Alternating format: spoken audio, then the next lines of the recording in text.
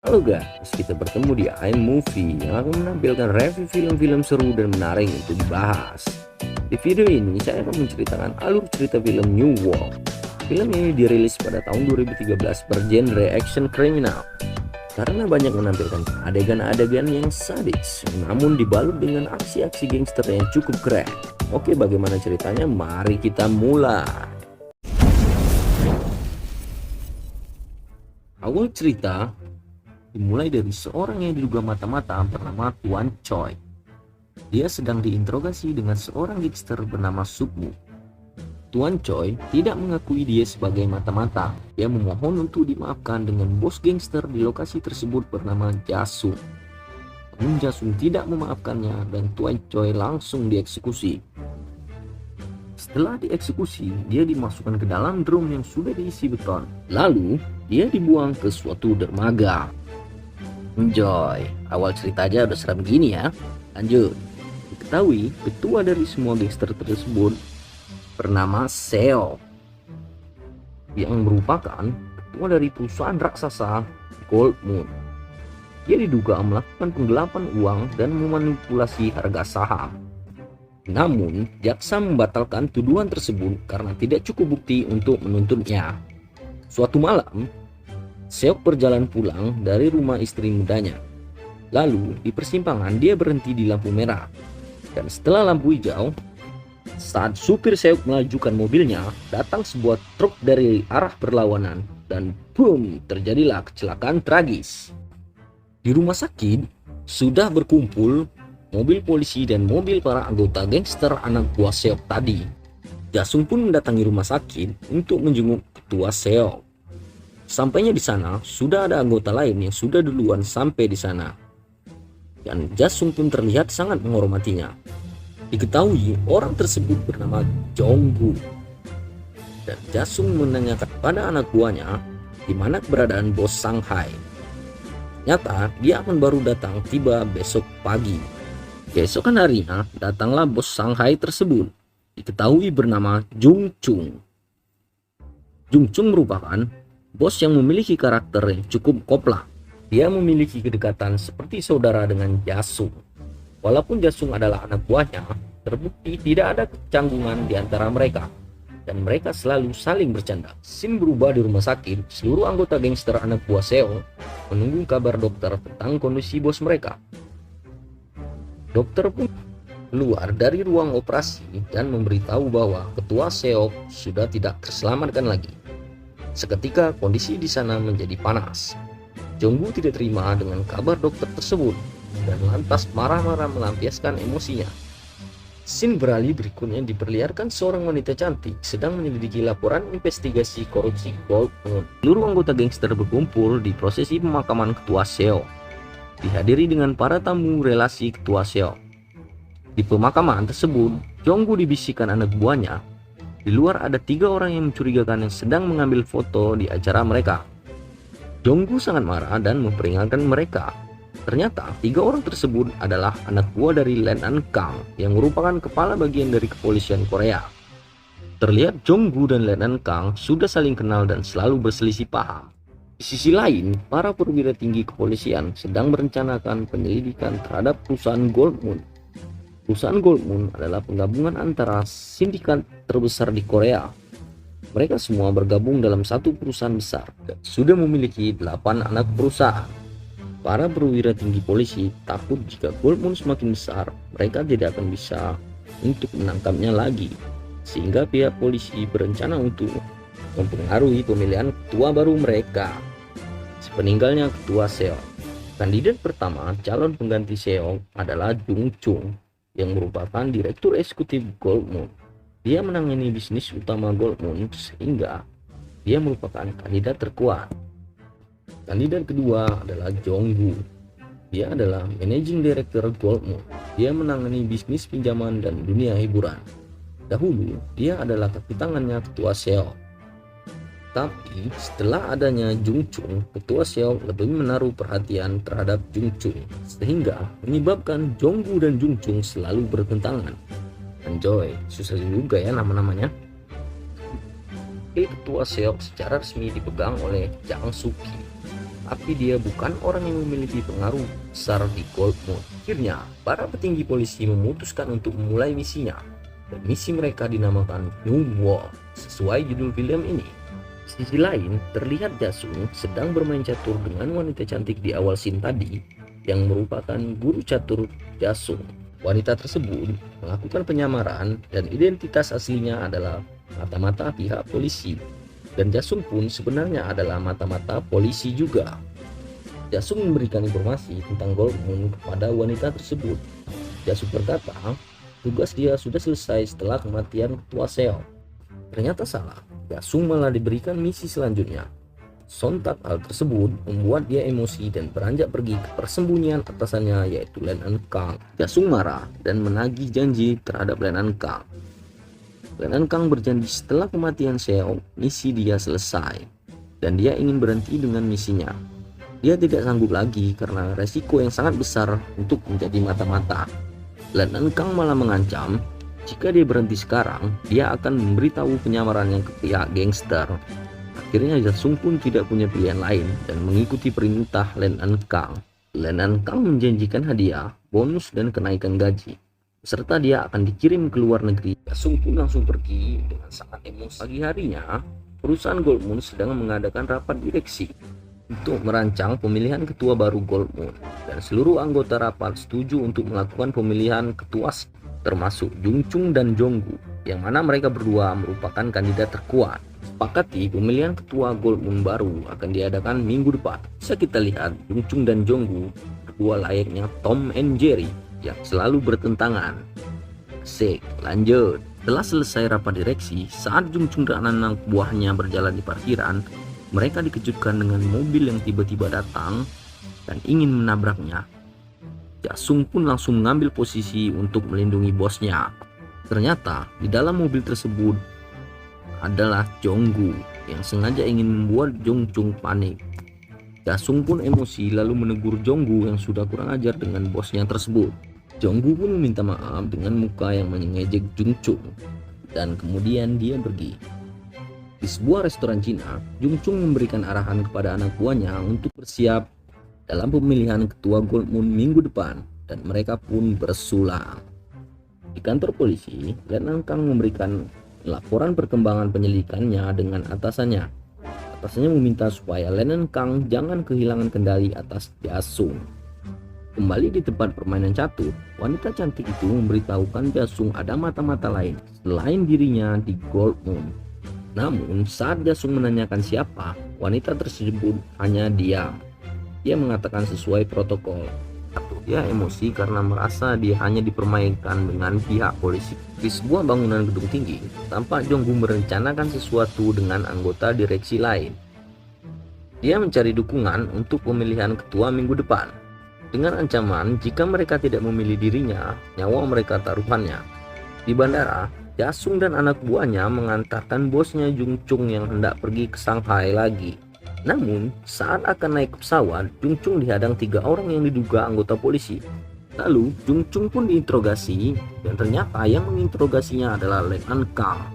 Lenan Kang meminta agar Jung Chung berpihak kepada polisi, menjadi mata-matanya, dengan ancaman memperlihatkan berkas bukti-bukti kejahatan Jung Chung. Dari sini Jung Chung sadar bahwa di kelompoknya ternyata masih banyak mata-mata. Beralih scene di sebuah restoran, terlihat Jonggu dan anak buahnya sedang sarapan. Dia dikejutkan dengan kedatangan anggota polisi yang dipimpin Lenan Kang untuk menangkapnya dengan membawa bukti-bukti kuat, lalu Jonggu pun ditangkap. Jung Chung yang mengetahui hal itu tidak tinggal diam. Walaupun Jonggu adalah saingannya, tetap saja Jonggu adalah bagian dari Gold Moon. Dia tidak rela jika polisi menangkapnya. Dia pun merencanakan sesuatu untuk mencari siapa mata-mata di Gold Moon. Dia pun menyewa hacker dan menyiapkan pembunuh bayaran gembel Yan Bian. Di sisi lain, Jasung sedang mengecek kandungan istrinya. Tampak dia sangat senang. Dalam mobil, dia berkata dengan istrinya agar bersiap untuk tinggal di luar negeri. Tiba-tiba, istrinya ditelepon. Ternyata yang menelpon adalah Lenan Kang. Istrinya rupanya adalah mata-mata Lenan Kang juga, untuk mengawasi pergerakan suaminya Jasung. Tapi tampak istrinya tidak rela untuk mengawasi suaminya. Dia ingin berhenti, namun Letnan Kang mengancam memberitahu suaminya. Anjoy, kejam juga nih Letnan Kang. Semua diancamnya.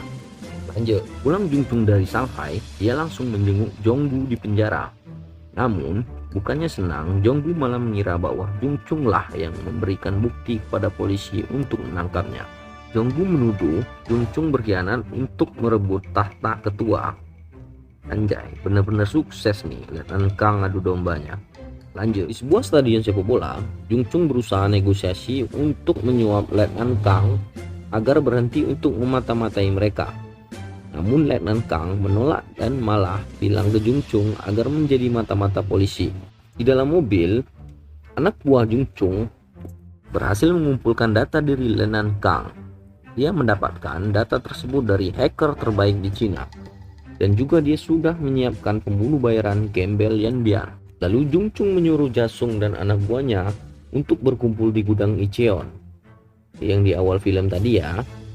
Yang mana setiap mereka interogasi dan eksekusi mata-mata selalu di gudang Icheon. Sontak hal tersebut membuat panik Jasung. Dia mengira penyamarannya telah terbongkar. Malam harinya di kediaman wanita cantik guru catur Jasung, pembunuh bayaran gembel Yan Bian mendatanginya, yang mana itu atas perintah dari Jungchung.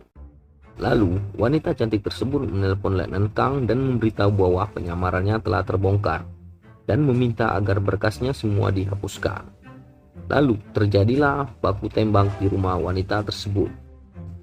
Scene berlanjut di mana Jasung sudah sampai di gudang Icheon. Dia sudah disambut Jungchung di sana serta 3 orang gembel Yan Bian pembunuh bayaran tadi. Lalu Jungchung menunjukkan sesuatu kepada Jasung di dalam sebuah drum. Di saat Jasung membuka drum tersebut, ternyata di dalam drum sudah ada wanita cantik guru catur Jasung, sudah babak belur. Sontak hal tersebut membuat Jasung sangat terkejut. Jungchung berkata bahwa wanita itu adalah polisi mata-mata, yang mana Jasung pun sudah tahu hal itu karena dia adalah juga mata-mata polisi. Hal tersebut membuat Jasung keringat dingin karena dia berpikir dia pasti akan ketahuan juga. Lalu Jungchung memberikan berkas yang dia dapat dari hacker tadi kepada Jasung. Dia berkata ada satu lagi mata-mata polisi bagian dari mereka dan menyuruh Jasung melihatnya. Hal itu membuat Jasung semakin berkeringat dan tangannya pun bergetar. Dia pun merasa sudah tamatlah riwayatnya. Jungchung pun sudah ancang-ancang mengambil sebuah skop. Tanpa disangka-sangka dia langsung memukuli kepala Sukmu, wakil Jasung. Sukmu pun tergeletak di lantai. Ternyata Sukmu lah polisi mata-mata satu lagi itu. Lalu Jungchung pun langsung menghabisinya. Anjoy, serem coy. Lanjut, Jasung yang sebelumnya panik pun merasa sedikit lega karena ternyata penyamaran dia masih selamat. Tim berpindah di dalam penjara. Letnan Kang menemui Jonggu dan memberikan foto-foto dirinya yang sering bertemu dengan Jungchung. Hal itu jelas untuk memanasi Jonggu agar perang di antara Jungchung dan Jonggu jelas saja. Jonggu langsung memanggil anak buahnya. Dia memberikan bukti foto-foto Jungchung sering bertemu dengan Letnan Kang, dan dia langsung memberikan perintah ke anak buahnya untuk menyatakan perang. Keesokan harinya, Jasung menemui Letnan Kang. Dia berkata, dari mana Jungchung bisa tahu mata-mata polisi? Belum sempat Letnan Kang menjawab, tiba-tiba datanglah Jang Suki, wakil ketua Gold Moon yang resmi. Sontak hal itu membuat Jasung terkejut. Ternyata banyak juga mata-mata di Gold. Letnan Kang pun memberikan perintah baru dengan Jasung. Hal itu membuat Jasung sangat marah dan merasa dipermainkan. Lalu Letnan Kang memberitahukan kepada Jasung bahwa pusat data intelijen mereka diretas. Semua berkas mata-mata telah diketahui oleh Jungchung, bahkan termasuk berkas Jasung sendiri. Tapi anehnya, walaupun Jungchung sudah mengetahui bahwa Jasung adalah polisi, dia tidak melakukan apa-apa. Scene berpindah di lokasi parkiran. Jungchung dan anak buahnya hendak pergi. Tiba-tiba datang mobil yang ingin menabrak Jungchung. Ternyata itu adalah anak buah Jonggu yang sudah termakan hasutan polisi Letnan Kang, dan terjadilah perang.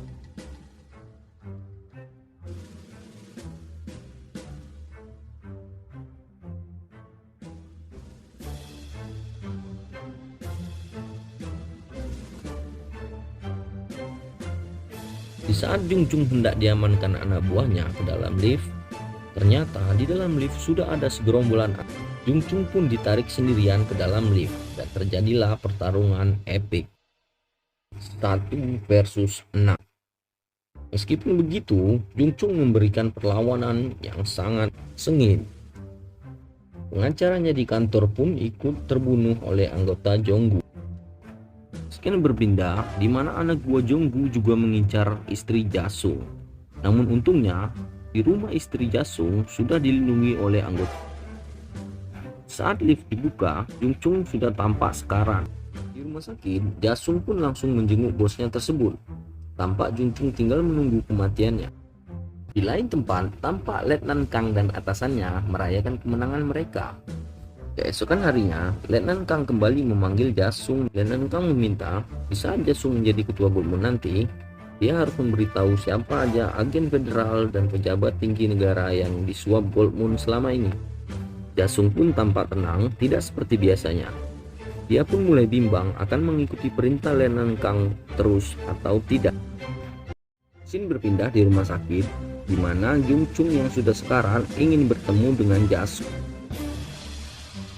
Dan terjadilah obrolan. Tidak disangka bahwa dia sudah tahu penyamaran Jasung dan menyuruh Jasung untuk memilih. Hal itu membuat Jasung terkejut dan bersedih. Ternyata walaupun Jung Chung sudah mengetahuinya dia adalah polisi, tapi Jung Chung tetap menganggapnya saudara. Detik-detik kematiannya, Jung Chung berkata bahwa Jasung akan bertahan hidup dengan menjadi gangster daripada dipermainkan dengan pihak polisi. Dan pesan terakhir dari Jung Chung adalah jadilah yang berkuasa di Goldmoon, dan akhirnya Jung Chung pun mengembuskan nafas terakhirnya.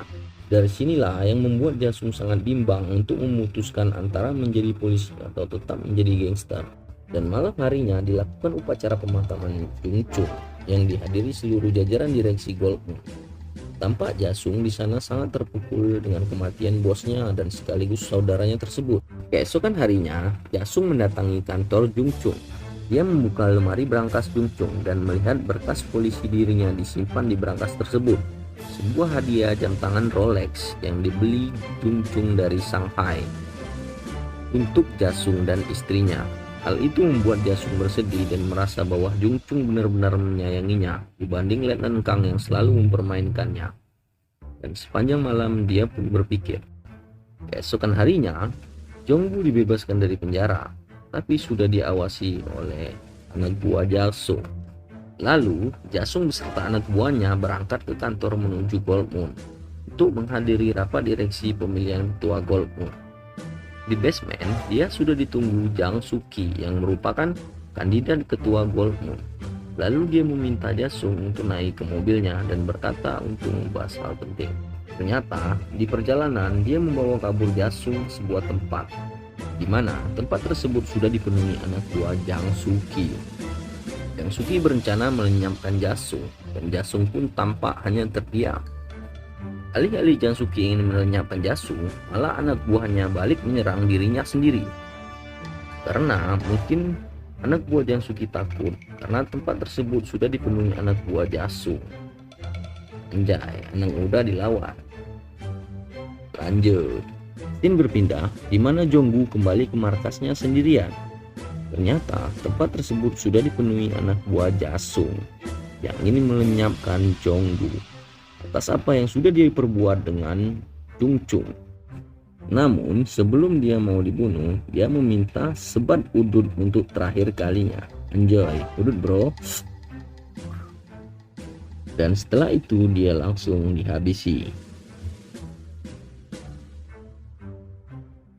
Di sisi lain, di markas tempat biasa Jasung bertemu dengan Letnan Kang sudah didatangi oleh Gembel Yan Bian. Ternyata Jasung benar-benar sudah berpaling dari Letnan Kang. Dia ingin menguasai Goldmoon. Dia lebih memilih untuk mendengarkan kata-kata terakhir dari saudaranya Jung Chung. Tidak memakan waktu lama, Gembel Yan Bian langsung menghabisi Letnan Kang. Bahkan atasan Letnan Kang juga dihabisin oleh Gembel Yan Bian. Di ruang rapat Goldmoon sudah berkumpul para direksi untuk melakukan pemilihan ketua Goldmoon, yang mana mereka mengira Jang Suki lah yang bakal terpilih menjadi ketua Goldmoon hari ini. Tiba-tiba pintu pun terbuka dan masuklah para anggota gangster dengan sangat epik. Dan tampak Jasung pun di belakang mereka. Keren anjoy. Para direksi pun hanya bisa terdiam karena Jasunglah satu-satunya kandidat ketua terkuat setelah dia menghabisi Jang Suki.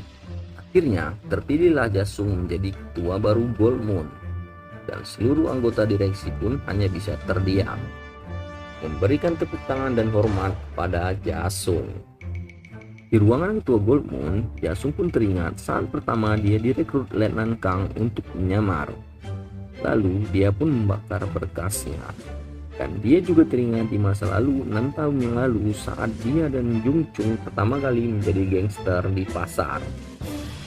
Tepat di sana mereka berdua habisi puluhan anggota musuh mereka. Akhirnya terjawab kenapa Jung Chung tidak membunuh Jasung walaupun Jung Chung mengetahui Jasung adalah polisi karena kedekatan mereka di masa lalu. Dan film pun berakhir, ending yang sangat keren.